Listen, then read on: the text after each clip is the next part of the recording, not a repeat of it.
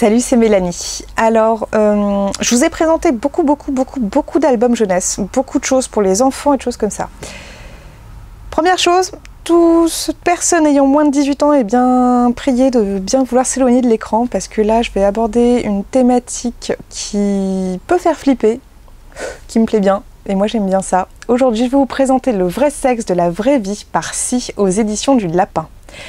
Oui, vous avez bien entendu, Le vrai sexe de la vraie vie. Je vous rassure, la totalité de mon entourage s'est juste foutu de moi quand je leur ai dit que j'avais envie de présenter ce bouquin-là, parce que moi je l'ai... Bon, il est arrivé, je me suis jetée dessus, je l'ai acheté tout de suite, et puis je l'ai lu.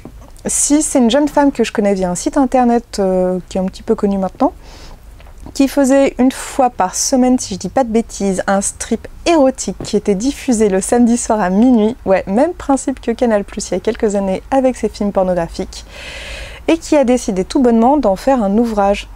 Donc pour l'avoir suivi en ligne, j'ai été assez contente parce que finalement c'était plein d'histoires que je ne connaissais pas, et surtout, moi ce que j'ai préféré quasiment en dehors des anecdotes qui sont quand même très drôles et très sympas et toujours ouverture et tolérance qui sont les maîtres mots du travail de Si, on retrouve dans cet album et ben finalement des doubles pages informatives. Moi il y en a une qui m'a beaucoup touchée, que j'ai trouvée hyper intéressante.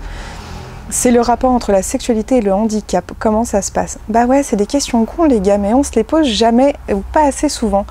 Voilà, tout l'album est comme ça en fait. Et puis ce qui est intéressant aussi, c'est ça aborde des relations homosexuels, hétérosexuels, lesbiens et gays, ce que vous voulez. C'est vraiment top. En dehors du côté, on voit des... Oui, bah oui, on va avoir des appareils génitaux masculins et féminins à tire-larigot, il n'y a que ça sur toutes les pages. Mais voilà, c'est juste... ça fait du bien d'avoir des auteurs-illustrateurs qui pensent un petit peu, qui font pas que du fric. Je sais que ça arrive très rarement, mais il y en a quand même un peu dans ce cas-là. On est avec une jeune femme qui est engagée depuis quelques temps et qui poursuit son projet sur un projet papier et qui est quand même très beau. Voilà, Le vrai sexe de la vraie vie aux éditions du Lapin.